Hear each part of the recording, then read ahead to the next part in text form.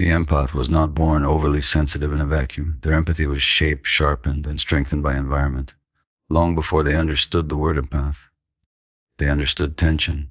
They understood silence that meant something was wrong. They understood the shift in a parent's tone, the weight in the room, the emotional undercurrents no one talked about. Empathy became a survival skill. As a child, safety often depended on reading others correctly. If a caregiver was stressed, angry, or emotionally unavailable, the empath learned to adjust quickly. They monitored facial expressions. They anticipated reactions. They softened their voice. They became agreeable, not because it was their personality, but because it reduced conflict. When love feels conditional, hyper-awareness feels necessary. Instead of freely expressing emotions, the child studied everyone else's. Instead of asking, "What do I need right now?" they unconsciously asked, "What will keep things calm?" That question shapes the nervous system. It wires the brain to scan for emotional cues constantly. And over time, that scanning becomes automatic. People later praise the empath for being intuitive, emotionally intelligent, deeply understanding. But what looks like a gift often began as adaptation. The ability to sense discomfort before it is spoken. The instinct to mediate tension. The habit of prioritizing harmony over honesty. They learned that being easy made them lovable. If they were low maintenance, they were praised. If they were mature for their age, they were valued. If they comforted others, they were needed. But if they expressed anger, frustration, or selfish desires, those emotions may have been minimized or discouraged. So they internalized a rule: my value is in my awareness of others. This rule followed them into adulthood. They became the friend who listens, the partner who understands, the colleague who absorbs stress quietly. They are praised again for their empathy. Yet beneath that praise is a child who learned that attunement equals safety. Understanding this changes everything. Because when you realize your empathy was once armor, you stop shaming yourself for feeling deeply. You begin to see that your sensitivity was not weakness, it was intelligence under pressure. The empath is not simply compassionate, they are a child who learned to survive by feeling everything. Being the good child often comes with a hidden cost. You were praised for being mature, for not causing trouble, for understanding things beyond your years. Adults may have said you were wise, responsible, easy to handle. And while those words sounded like compliments, they quietly trained you to suppress parts of yourself. You learned that love was safest when you were convenient. If you were quiet when others were stressed, you were appreciated. If you handled your own emotions without burdening anyone, you were admired. If you adapted quickly and didn't demand attention, you were rewarded with approval. But what happened when you were angry, when you wanted something strongly, when you felt hurt and needed reassurance? Those emotions may not have been welcomed in the same way. Perhaps your frustration was labeled as dramatic. Your sadness was minimized because others had it worse. Your desires were framed as selfish. Over time, you absorbed an unspoken message: my needs are secondary, harmony matters more than my truth. So you became skilled at editing yourself, you filtered your tone, you softened your opinions. You swallowed your anger before it reached the surface. You convinced yourself that being understanding was more important than being understood. And each time you did that, you moved a little further away from your own inner voice. The world applauded your empathy, but it quietly ignored your boundaries. You were allowed to be confrontational, but not confrontational, allowed to be helpful, but not demanding, allowed to be loving, but not self-focused.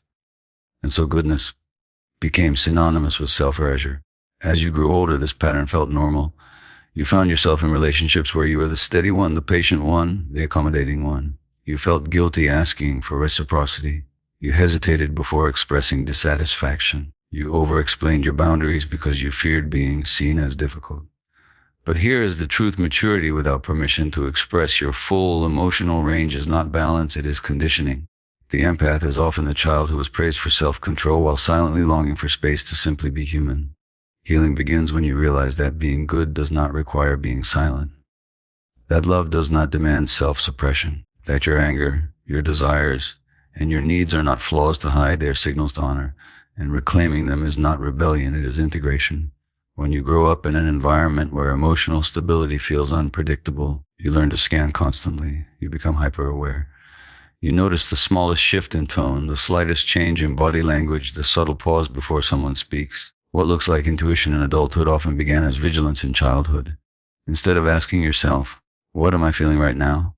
you learn to ask, "What are they feeling?" Because their feelings determine the atmosphere. Their mood determined the safety of the room, so your focus shifted outward. This is how hyper-awareness replaces healthy self-expression. You became an emotional radar system. You tracked tension before it escalated. You anticipated reactions before they happened. You adjusted your behavior to prevent conflict. And while this skill made you adaptable, it also pulled you away from your own internal experience. When you are constantly monitoring others, there is little space left to explore yourself. You may have felt anger, but dismissed it quickly because someone else's emotions felt more urgent. You may have had strong opinions, but softened them to maintain peace. You may have needed comfort, but convinced yourself that others needed it more. Over time, this creates confusion about identity. You become skilled at understanding everyone else, yet uncertain about your own desires. You can articulate other people's emotions with clarity, but struggle to name your own without hesitation. You sense when someone is upset before they admit it, yet ignore your own exhaustion until it becomes overwhelming. Hyper-awareness becomes your default setting, and the world rewards it. You are called intuitive, emotionally intelligent, deeply perceptive. But inside, there may be a quiet question: who am I when I'm not responding to someone else? That question can feel unfamiliar, even uncomfortable. Because if your identity formed around caretaking and attunement, turning inward feels foreign. It may even feel selfish to focus on your own needs. But self-awareness is not selfishness. It is balance. The empath often grew up believing their value was tied to how well they managed the emotional climate around them. Healing begins when you redirect some of that awareness inward. When you pause and ask, what do I need? When you allow your feelings to exist without immediately prioritizing someone else's, your hyper-awareness is not a flaw, but it becomes powerful only when it includes you. There is a quiet guilt that many empaths carry, and it shows up the moment they begin to prioritize themselves. The second you say no, the second you choose rest over responsibility, the second you speak a boundary without cushioning it in apology, something inside tightens. A voice whispers, you're being selfish. But that voice did not originate with you. It was shaped in moments when your needs were inconvenient, when your tears were met with discomfort instead of comfort, when your anger disrupted the peace and you were asked to calm down, to be reasonable, to think of others. Gradually, you learned that keeping harmony was more important than honoring yourself. So you equated self-sacrifice with love. You believed that being a good person meant being endlessly available. That maturity meant absorbing tension without reacting.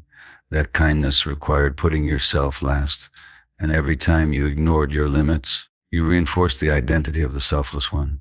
The problem is constant selflessness creates quiet resentment, not because you are ungrateful, not because you lack compassion, but because your nervous system knows when it is being stretched too far. When you overextend again and again, when you give without replenishing, your body begins to protest. Fatigue deepens. Irritability increases. Emotional overwhelm becomes frequent. Yet instead of recognizing this as a signal, you may judge yourself for feeling it. You might think, I should be able to handle this. You minimize your exhaustion. You justify other people's behavior. You rationalize why your needs can wait one more time. And each time you do, you drift further from balance. Here is the truth that feels uncomfortable but necessary. Self-abandonment is not virtue. It is a survival strategy that outlived its purpose.